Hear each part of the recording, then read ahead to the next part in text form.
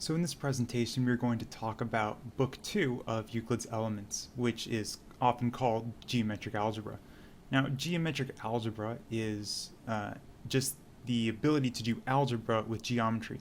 So recall that in algebra, we would like to add, subtract, multiply, and divide, but now we would like to do most of those things with geometry. In particular, we would like to add, subtract, and multiply with geometric figures so that we can get some interesting identities derived from just an algebra, just from a geometric analysis. So addition and subtraction, actually, we can already do that with lengths from the propositions from Book 1 of Euclid's Elements. However, multiplication still remains a bit of an enigma.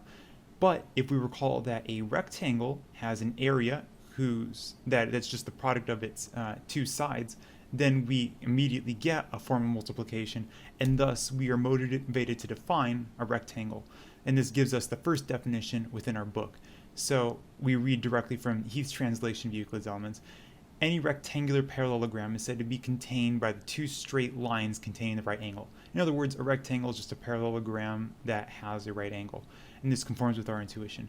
However, Book 2 has exactly two definitions, and the second definition is quite unusual, and we read the Heath translation directly.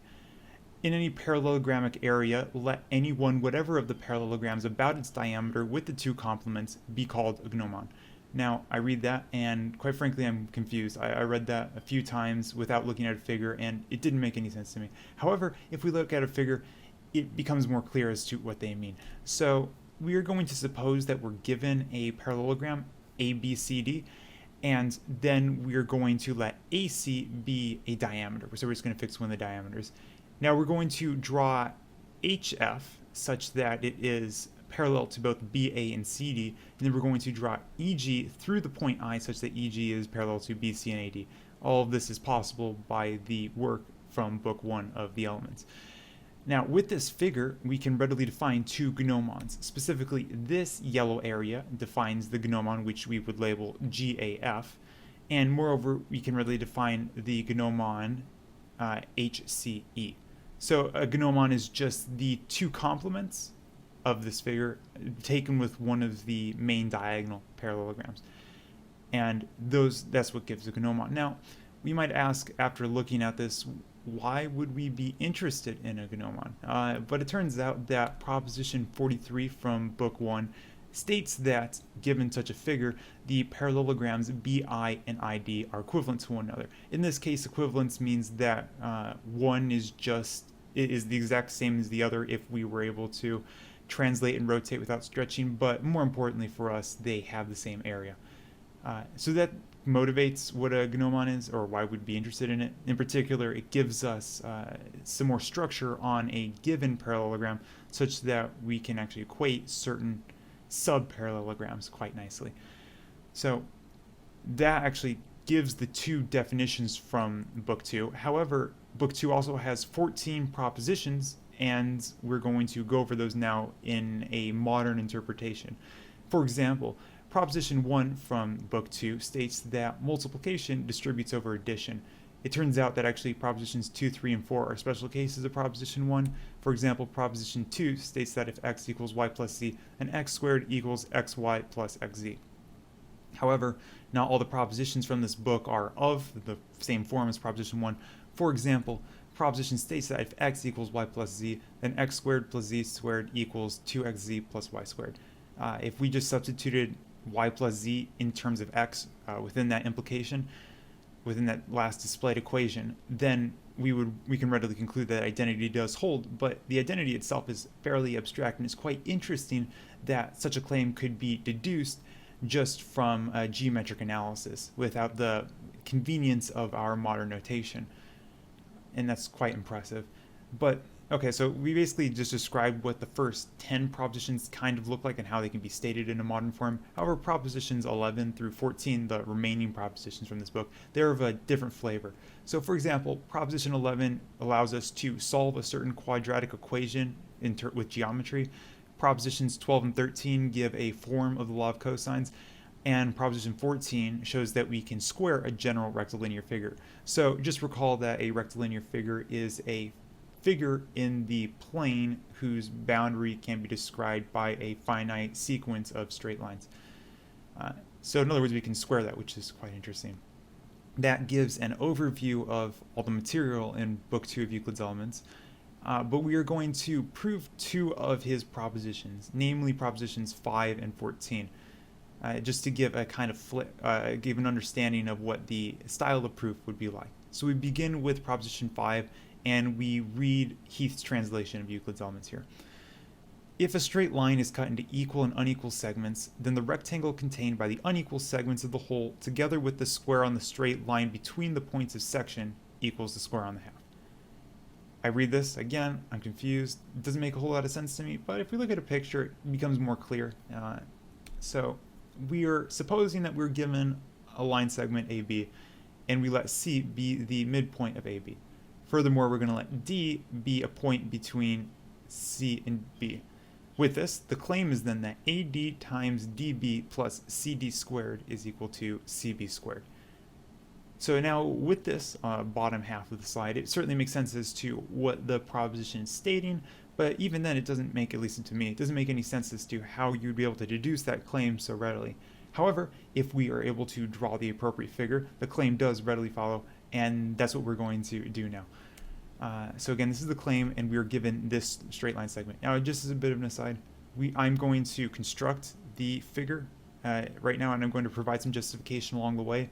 But once the figure is constructed, the general rule of thumb is that if things look equal, or they look parallel, or if they don't look equal, they don't look parallel, or whatever, then those whatever you think they look like, that is in fact actually what they are.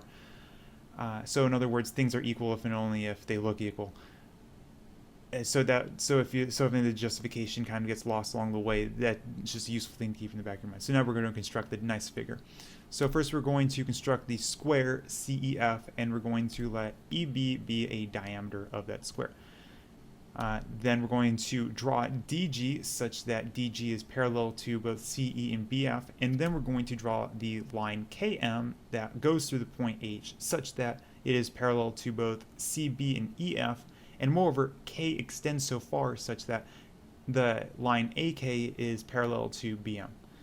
This actually gives the figure, again, if things look equal, only if they are equal. Just keep in the back of your head. But now we're going to show the claim at the top.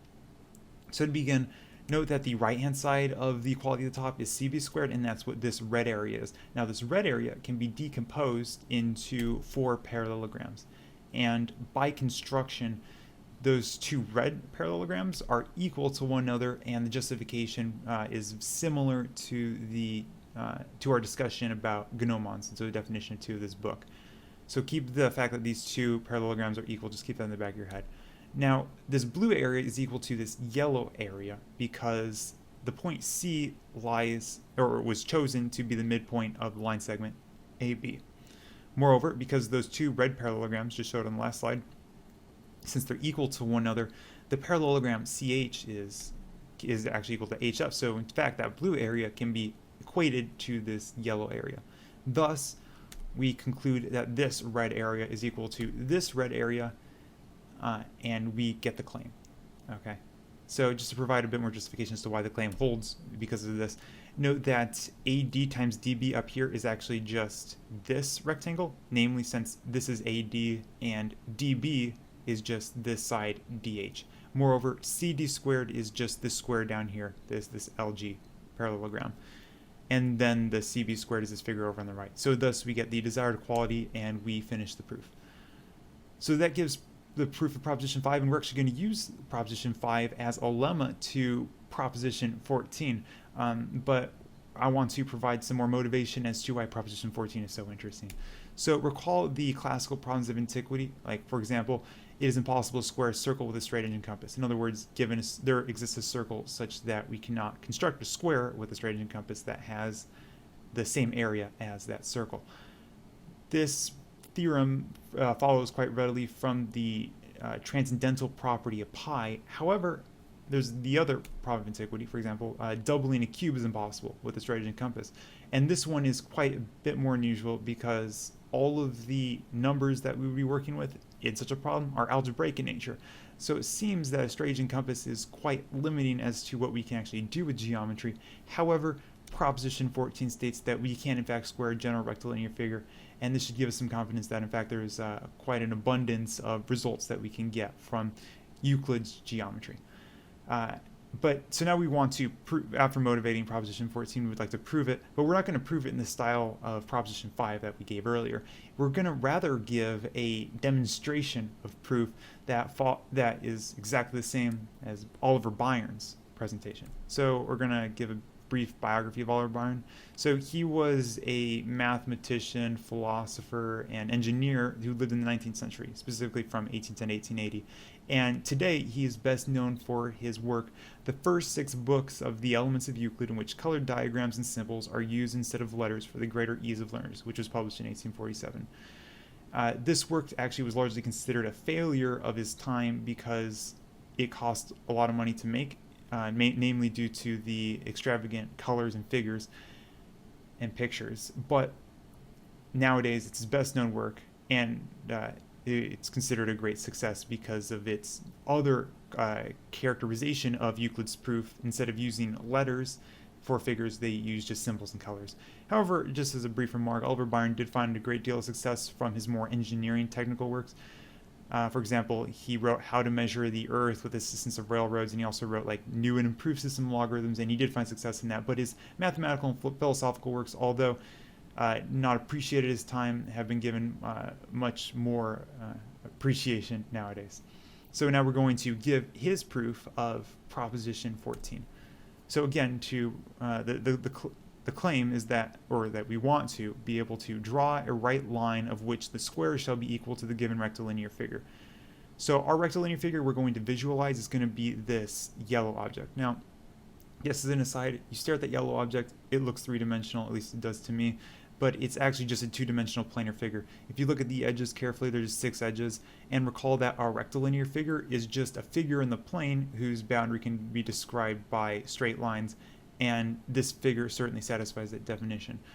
So with that rectilinear figure, our goal is to find a line, for example, this dark blue line, such that that solid blue line squared is equal to the general rectilinear figure. So now we're going to want to prove this. So to begin, it turns out that the problem can be greatly simplified by noting that Proposition 45 from Book 1 states that we can actually rectangularize the general rectilinear figure. In other words, we can construct a rectangle that has the same area as that rectilinear figure. However, we don't know that that rectangle is a square, and that's what we are going to show now. In other words, that we can square an arbitrary rectangle. So we're given this rectangle over here, this dark red rectangle, the solid red, and we're going to suppose that it is in fact not a square, just to consider the more general case, and we're going to let this yellow line on the left-hand side denote its smaller side, so the smaller side of the rectangle. Now, the first thing that we're going to do is actually extend or produce this top line, the longer edge of the rectangle, further out, such that this dotted black line is equal to the yellow line. That's what this statement says right here. And with this total line on the top, we are going to bisect it at the center, and we're going to let this solid black line on the right-hand side denote half of the length. With this, we are going to draw a semicircle whose center is the bisected point, and we're going to remark that its radius is in fact given by this solid black line. Thus, with this semicircle, we are going to produce or extend this yellow line into this blue line that hits the circle.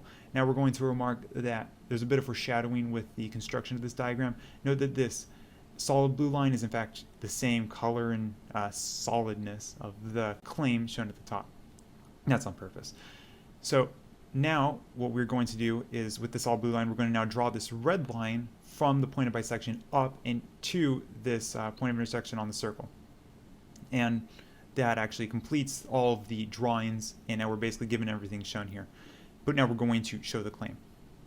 So note that this red line is actually equal to this black line because they are both radii of the same circle. But moreover, and interestingly, from Proposition 5, we can actually deduce that this solid black line is equal to this dotted black line multiplied by this dotted blue line combined with the solid black line plus this dotted blue line squared. In other words, we're just reading this line right down here. However, since this solid red line, this dotted, and the solid black line, of course, are equal to one another because they're both radii of the same circle, we then get this equality. Again, this follows from Proposition 5, which we'd proven earlier. Moreover, this solid red line is actually, by the Pythagorean theorem, its square is equal to the sum of the lengths of its sides. So, in other words, we get this expression down here by the Pythagorean theorem. Thus, we equate the red line squareds to get this expression, namely where the solid blue lines can, or the dotted blue lines can cancel to get this second to last expression. Then we know that this dotted black line was actually equal, or was constructed to be equal in length to this solid yellow line, so that in fact this multiplication gives the red rectangle whose area was equals the general rectilinear figure, and thus we are done with the proof, and this completes it. And at the very least, if we don't like the substitution of pictures for letters, this certainly looks quite pretty, and I find that quite nice. So this completes our presentation of Euclid's Elements Book 2 of Geometric Algebra. And just as a recap, we learned how we found certain interesting identities involving the addition, subtraction, and multiplication of geometric quantities, and we gave a proof of not of Euclid's kind, but rather that followed the work of Oliver Byrne, whose work is appreciated much more nowadays. And that completes our presentation, and thank you.